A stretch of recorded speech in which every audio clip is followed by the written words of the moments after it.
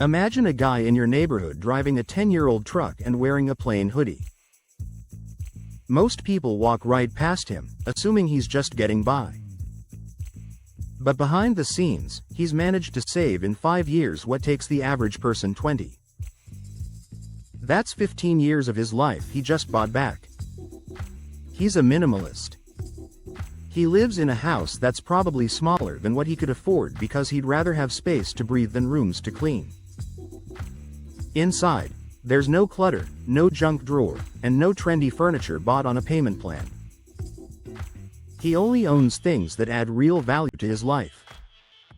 A few high-quality tools, a comfortable bed, and books he actually reads. Everything he owns is paid for.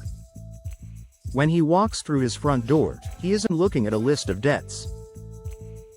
He's looking at a life he completely owns. Now, compare him to the guy 3 houses down. He's got the brand new SUV and a house with vated ceilings that looks like a museum. From the street, he looks like he's winning, but inside he's drowning in stuff. His kitchen is packed with gadgets he doesn't use, and his closets are overflowing with clothes he doesn't wear. Every corner of that house represents a monthly bill he has to hustle for. He's terrified that one bad week at work could ruin everything. He's got the image of wealth, but the bank owns his time. Meanwhile, the minimalist in the old truck actually has the freedom. He's part of the silent rich. He figured out that wealth isn't about how much you can collect. It's about how much you can let go of to buy back your peace. It's called minimalist money. In this video, I'm breaking down the quiet, simple rules these people use to stay wealthy without the stress. You'll want to stick around for the very last one because it's the exact opposite of what you've been told, and it completely changed how I look at my own bank account. Rule number 1, one in, one out. Think about someone like Claire. She makes a pretty average salary and lives in a basic apartment. On paper, you'd assume she's just scraping by like everyone else, but she actually has plenty of breathing room. When someone asked her how she does it, she just said, "I don't let things pile up." She's talking about her stuff, but it's really a mindset. Claire has this rule. If something new comes in, something old has to go. If she gets a new jacket, an old one gets donated. If she picks up a new streaming subscription, she cancels one she isn't using. It's not just about decluttering your closet. It's about putting a cap on how much you consume. It forces you to actually think for a second before you buy something. The way this works for your money is simple.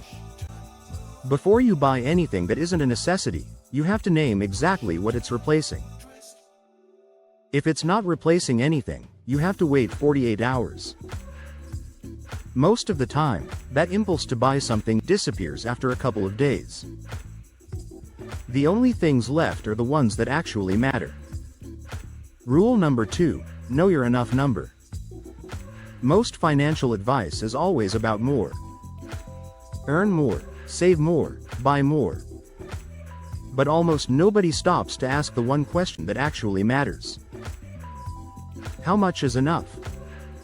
Take a guy like Marcus. He was a manager in his early 40s, and he kept moving the goalposts on himself. When he was making $30,000, he thought $50,000 would solve all his problems. Once he hit 50, he was convinced he just needed to get to 70. By the time he was closing in on 6 figures, he was more stressed about money than ever before. It wasn't because he didn't have enough. It was because his lifestyle grew every time he got a raise. The goalpost just kept moving. He didn't have an income problem. He had an enough problem. The rule for minimalist money is to define your enough number. Clearly, I'm not talking about some vague dream. I mean an actual figure. What monthly income would honestly cover your life and keep you? Once you have that specific number, every decision you make has a reference point. You stop chasing more just because everyone else is, and you start building toward a target you can actually hit. That one mindset shift alone changes everything. Rule number 3, automate the boring part.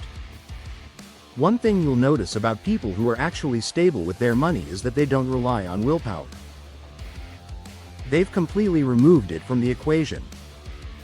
Most people handle their savings the same way. They get their paycheck, spend what they need to spend throughout the month, and then plan to save whatever is left over. The problem is there's usually nothing left. Spending has a way of expanding to fill up whatever space you give it. If the money is sitting in your account, you're going to find a reason to use it. The minimalist approach flips that. You decide what you're going to save ahead of time and you automate it so that money leaves your account the second your paycheck hits. You do it before you see it, before you can spend it, and before it even starts to feel like yours. There was a guy named Daniel who started doing this with just 10% of his salary after years of failing to save a dime. He set up an automatic transfer for his paycheck and basically just forgot it existed. 8 months later, he had more money in the bank than he'd managed to save in the previous 4 years combined. It wasn't because he got a big raise. It was because he stopped trying to be disciplined and just built a system instead. The rule is simple. Automate your savings, your bills, and your investments. Make the responsible choice the default setting for your life. Then you can live on whatever is left over without feeling guilty because the important stuff is already taken care of. Rule number 4, buy less, buy better. This next rule sounds a bit backwards until you actually sit down and do the math. Most people who are trying to save money naturally look for the cheapest option. They go for the budget version, the one that gets the job done right now. There's nothing inherently wrong with that, and sometimes it's really the only choice you have. But if that's your default strategy for everything, it almost always ends up costing you way more in the long run. Think about something simple like shoes. You can buy a $30 pair that wears out and falls apart in 5 months, or you can spend $120 on a pair that lasts you 4 years. The cheap option feels like the responsible move at the cash register. But the math tells a completely different story over time. The minimalist money principle here isn't about being fancy or splurging. It's about buying fewer things, making sure they're high quality, and then holding on to them as long as possible. This stops that constant cycle of having to replace everything you own. It also cuts down on decision fatigue because you aren't constantly shopping for the same items over and over. The question you should ask before any big purchase isn't, what is the cheapest version of this? Instead, ask, what is the best value over the entire lifespan of this thing? Those are 2 very different questions, and they lead to 2 very different financial futures. Rule number 5, never make a financial decision under emotion. Take a look at a guy like Jordan. He's smart, he works hard, and for the most part, he's actually pretty sensible with his money. But whenever life got stressful, maybe a rough week at the office or a fight with his partner, he'd start spending. It wasn't anything huge or dramatic. It was usually a new gadget, a few nights of expensive takeout, or some clothes he didn't really need. None of it felt reckless when he was doing it, but every emotional low had a price tag attached to it. Over time, those little treat-yourself moments added up to thousands of dollars a year. He was paying for temporary relief that never actually fixed the root of the problem. What Jordan was dealing with is emotional spending. It's one of the biggest reasons people who are trying their best to save still end up falling short. Yet, nobody really talks about it. The minimalist rule for this is tough, but it's simple. You don't make any significant financial decisions on the same day you're feeling a strong emotion. That goes for the good days, too. The high of a big win can make an expensive celebration feel justified. Just like a bad day makes retail therapy feel necessary. Neither one is a good financial choice. The practical way to handle this is a mandatory waiting period. Anything over a certain amount, maybe it's $50 or $100, gets a 24-hour pause if it wasn't planned. You aren't necessarily trying to talk yourself out of it. You're just making sure the decision is coming from your brain and not from whatever mood you happen to be in.